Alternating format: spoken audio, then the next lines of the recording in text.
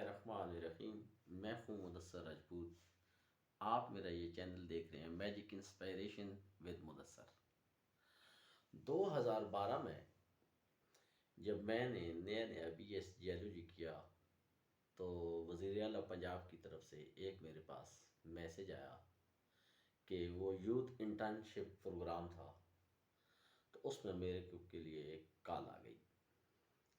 میں نے جیسے ای میل کھولی تو اس میں شاید ایک دن کا وقفہ تھا، تو میں نے کراچی یونیورسٹی سے چھٹی لی اور گیلے جو کپڑے تھے اور ایک بیگ کتابوں کا لیا اور ٹرین میں آ گیا۔ ٹرین میں اتفاق سے وہ ان دنوں رائے کا ایک اجتماع ہوتا ہے جو سالانہ ہوتا ہے، تو تل دھرنے کی جگہ نہ تھی، تو بڑی مشکل سے لاہور پہنچا۔ لاہور میں اترنے کے بعد پھر ایک گاڑی پہ بیٹھا کیونکہ مجھے زرعی یونیورسٹی راولپنڈی آنا تھا۔ راولپنڈی پہنچا، تو جب راولپنڈی پہ اترا تو وہ کافی وہاں سے دور تھا۔ تو اتفاق کی بات یہ ہے کہ وہاں پر جب سامان میں نے اٹھایا، 2 بیگ تھے اور جو کپڑے تھے وہ سارے کے سارے گیلے تھے، تو ایسے لگ رہا تھا جیسے اس میں منو وزن ہے۔ تو اتنی مشکل سے ایک بیگ اٹھاتا، وہ آگے رکھتا، پھر دوسرا اٹھاتا آگے لے کر جاتا۔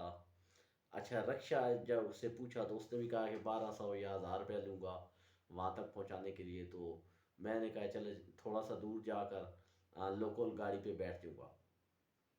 تو اتنی مشکل سے جب جا رہا تھا، اتفاق سے 50-55 سال کا ایک آدمی میرے پاس آیا۔ اس نے کہا کہ بیٹا ایسا کرو کہ ایک بیگ مجھے پکڑا دو۔ تو میں نے شکر کیا جیسے میرے سر سے ایک پہاڑ جتنا وزن اتر گیا، تو میں ان کے ساتھ چل دیا۔ تو تھوڑی دیر گزرنے کے بعد میرے خیال میں آدھا پونا گھنٹہ ہم پیدل چلے ہوں گے تو اس منزل پر پہنچ گئے۔